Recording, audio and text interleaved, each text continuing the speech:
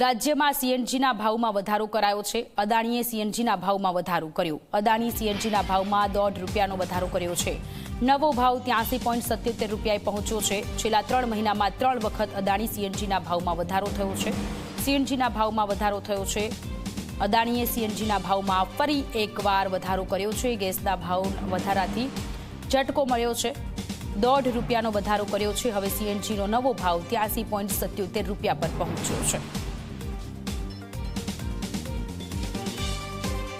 રાંધણ ગેસના સાથે હવે સીએનજીના ભાવમાં પણ વધારો છે અને સીએનજીના ભાવમાં એટલે કે અદાણી સીએનજી જે છે એના ભાવમાં ₹1.5નો વધારો થયો છે।